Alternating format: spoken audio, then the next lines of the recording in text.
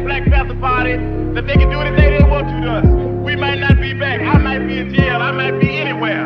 But when I leave, you can remember I said with the last words on my lips that I am a revolutionary. And you're going to have to keep on saying that. Hey everyone, my name is Andre Walton, the Southeast Regional Organizer for Our Wisconsin Revolution, and welcome to the Revolution. Today, my guest is candidate for the 33rd Assembly District of Wisconsin, Mason Becker. Thanks for joining me today, Mason. How you doing today? Hey Andre, I'm doing well and appreciate being here and appreciate getting to talk to everybody in the Our Wisconsin Revolution universe. Awesome. That's great for being here. And so let's go ahead and get straight into it. What made you run for office?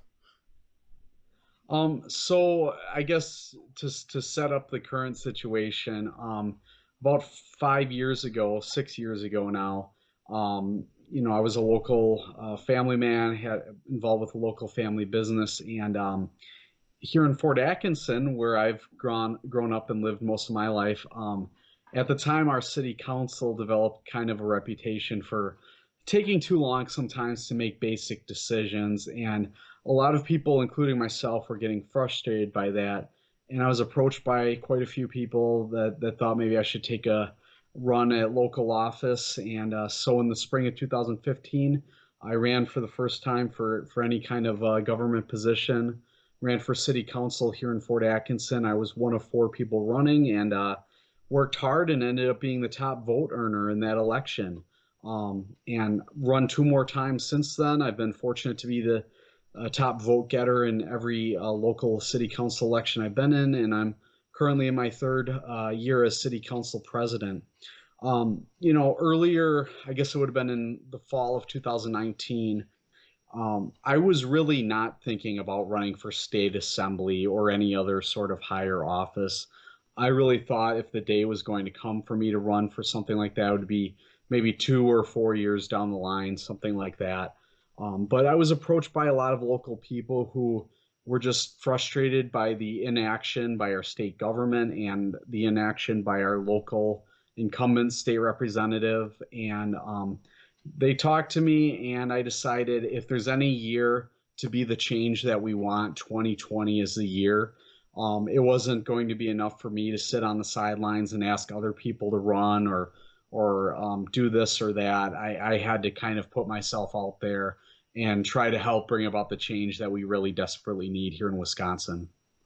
That makes sense. And I think since the run of Bernie Sanders in 2016, we've seen a swath of working class people running for local offices and congressional offices and such of the likes. And I think I really do appreciate when you see, working class people run for office because they really want to see change. And it's starting to show people that you don't have to be extremely wealthy to run for office and that you can actually be representative of the community that you come from. But let's go ahead and get deep into the weeds of policy and start off talking about the pandemic. So right now we still have an ongoing pandemic that has killed nearly 200,000 people, and millions have been evicted from their homes, and millions more are going to be losing their jobs.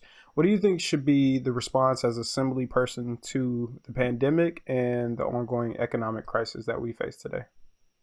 Well, first off, our supposedly full-time state legislature should be working right now. While there are thousands and thousands of Wisconsin residents who are still having trouble getting their unemployment benefits, we have state legislatures that make over $50,000 a year in great benefits and who haven't met in approximately 150 days at this point. That's just unconscionable. It's unacceptable right now in the midst of a global pandemic and record unemployment. The response has to be multifaceted. I think, first of all, we need to get serious in the state again about the public health. The coronavirus has exposed how vulnerable our healthcare delivery system currently is. We have too many residents who don't have decent health insurance, and even if they're fortunate enough to get halfway decent employer-provided insurance, they might still have high copays and deductibles. And, we don't want our neighbors worrying about whether they should go get their symptoms checked out at the hospital. They should be able to go and know they're not going to get a crippling bill 30 days later. So that's one thing. We also should get serious and accept the federal Medicaid expansion. That will help ensure that more people in our state are covered by by decent healthcare coverage. It'll make our population healthier. And I can tell you, as a small business owner, a healthy population is a productive population. If we want our economy to fully come back, if we want our local restaurants and other businesses to be able to fully reopen again, we need to get this pandemic under control. So doing things like that. We also need to work on getting quicker turnaround on testing, and things like that. There's a lot of work to be done, but our legislature right now doesn't plan to meet until after January 1st, and that's just unacceptable right now. We deserve a lot better. Exactly. I think we're really starting to see how dangerous a health crisis can be when politics or plain politics starts to get involved. And I think you mentioned a little bit about, the issue with our healthcare system currently, and staying in line with that, with the looming COVID crisis. People are seeing the downsides of the employer-sponsored health insurance system. If you lose your job, you effectively lose your healthcare, which is probably the worst possible outcome during a pandemic. What do you think would be the more effective system to handle such crises? I am fully in favor long term of our federal government moving towards some kind of universal health care. That could be Medicare for all, or it could be a different system. I don't really want to quibble about the details of the different proposals that are out there today. Right now, we clearly have a government that is entrenched in not moving towards universal health care. They want to prop up the current system that we have, because having those insurance companies play middleman, that's usually good for donors during election cycles. So that we need to overcome that, and we need to work towards some form of universal healthcare coverage. Look, this economy is continuing to evolve here in the 21st century. We see the rise of the gig economy. I think if you want to be an independent contractor type or have your own small business, you should be able to go into that and not worry about being one medical bill away from disaster. We want to foster, I think, free enterprise here in Wisconsin. We want people to be able to live out that American dream of starting their own business, and making things work for themselves and their families. So we need to do that. And again, whether it's Medicare for all or some other program, we don't have to quibble about that today. But right now, we just have too many people that don't have access to good coverage. One other thing I want to throw out there, Andre, so people don't just look at me as, oh, you're a small business owner, you're making some money now, so you don't have to worry. And fortunately, my wife today works in public education and does get good healthcare coverage right now for our family. But for a period of about 3 years, neither my wife or I received any employer provided coverage. We had to go on the open market. And I can tell you from personal experience how painful some of those copays and deductibles are. We had 1 year where our family deductible was $14,000. Wow. How is that good for the economy when a family of four is putting that kind of money just towards health insurance, and healthcare costs? That's money we can't put in, say, new furniture, a new car, taking a family vacation. So there is an economic impact on our local economies beyond just the high cost of healthcare. Exactly. And I think one can definitely make the argument that having these high health insurance costs actually stifles the economy. It stifles entrepreneurship, because if you are worried about, if you get sick and get cancer or something like that, you have to worry about if you can even afford taking out a loan to go out and be a business person. But kind of talking on, or keeping in line with, entrepreneurship and keeping talent in Wisconsin, we have a situation where after a lot of people graduate, they don't do like me and you do and stay in the hometown or stay in the state, but they actually leave to other cities that have better opportunities or better paying jobs.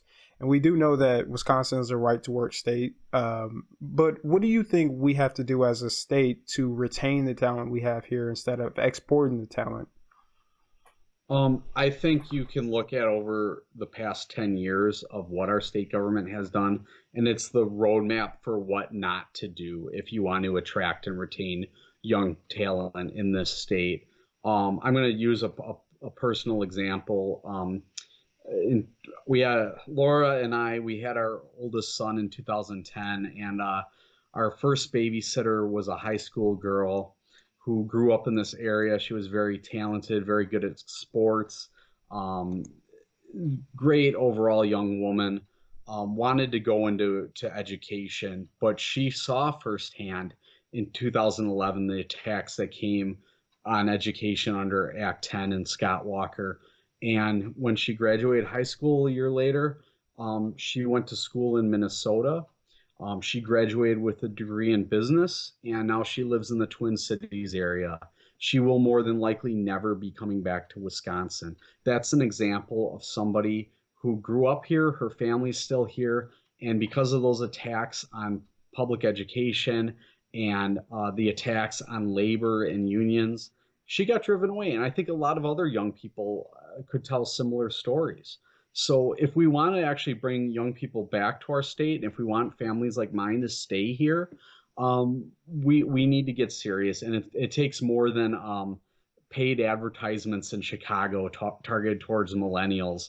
We need to make this again a great state to live, work, and play. So it's not just focusing on economic development; it's focusing on things like rebuilding our infrastructure, expanding broadband so people throughout the state can have good modern internet access. And it's just fostering things like parks and other amenities that are things young families want to have available if they're going to stay here in Wisconsin.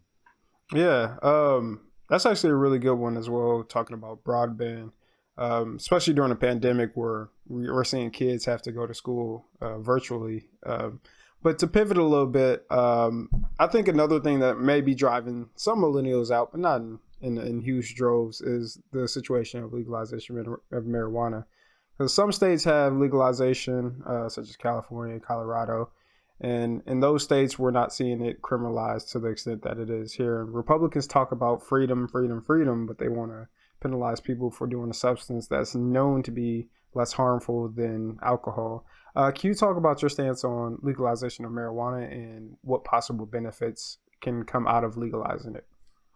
Yeah, so my perspective is I have actually never tried marijuana even once in my entire life. Just was not something that interested me, but that's not a judgment on anybody else who has or maybe using it today. The prohibition on marijuana clearly has not worked. It hasn't worked here in Wisconsin, and it hasn't worked in the United States as a whole. You can look back at the history of how marijuana was made illegal, and it was steeped in a lot of corporate propaganda and also blatant racism. Let's face it, there was a history of rhetoric that certain people shouldn't be able to get marijuana because it could make them criminals or that sort of thing. Very vile rhetoric. So yeah, I fully support legalizing, taxing, and regulating marijuana. And I think we can work gradually to legalize recreational marijuana like other states have done. We can work with law enforcement to make sure it stays out of, for example, our schools. We shouldn't have underage children getting access to it. Um, but much more quickly, we should be able to legalize medicinal marijuana tomorrow. During the last assembly session, there were actually Republican legislators that had proposals on the table to legalize medicinal marijuana, because I do think if somebody's suffering from chronic pain or other ailments, if a doctor or somebody thinks that this could help give them relief and a better quality of life, they should be able to take that chance, and they should be able to make that decision on their own without the government weighing in on that. But yeah, again, you talked about young people in the state. We don't even have to just focus on young people leaving our state because of this issue. Every week, hundreds, if not thousands, of Wisconsin residents drive south of the border to our neighbors in Illinois. They purchase legal marijuana cannabis products, and they're not only generating sales tax revenue for Illinois, they're also going through those toll roads and helping to subsidize Illinois roads and highways. So it's a double wallop, and it's kind of naive for us to be stuck in the past and not looking at this. The revenue is not my number one concern in legalization, but it would certainly be a nice additional benefit that we can maybe put towards education and other necessary expenses in our state. Yeah, I think that's an extremely good point. I didn't even realize that, or thinking about it in that context, like would they go to Illinois and actually stimulate their economy instead of ours. So that's a good point to make, definitely for those who are on the revenue side of the argument. Going along with policy and what affects it, I think the number one evil that we face in politics today is the influence of big money in politics and our campaign finance laws. And I really do think that it affects every underlying issue that we've talked about. What do you think should be done about our current campaign finance system, and what type of legislation would you support if elected? We obviously have to get the influence of money out of our elections. There's way too much money that comes in. Much of it is secret. Candidates can have donations come through various PACs and other committees, so it almost becomes untraceable. So I think we have to close some of those loopholes, and long term, we obviously have to overturn Citizens United.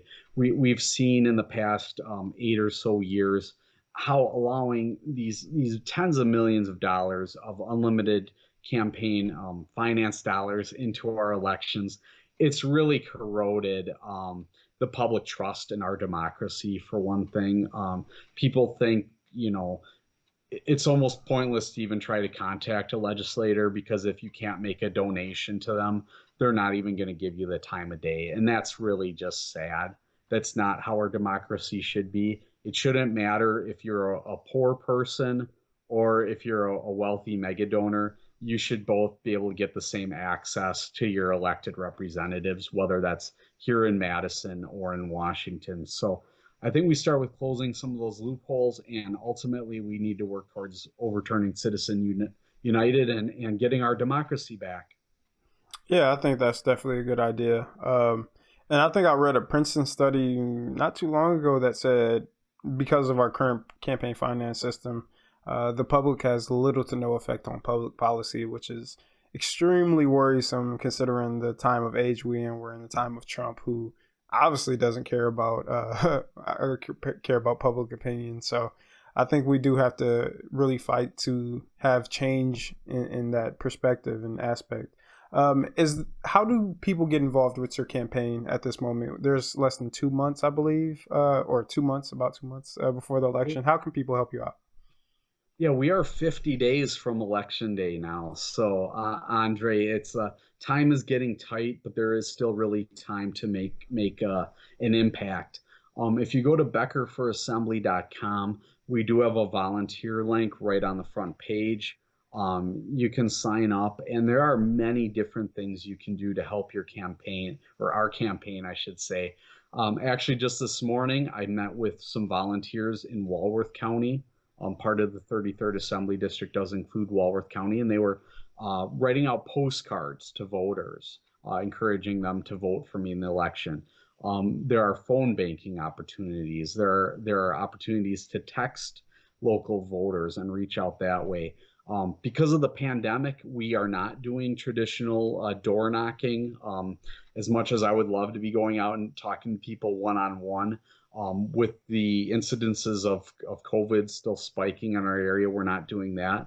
But we will be doing literature drops soon at local households. So that's another way to get involved. So go to beckerforassembly.com. You can also look me up on Facebook, and that's another way to get connected with our campaign.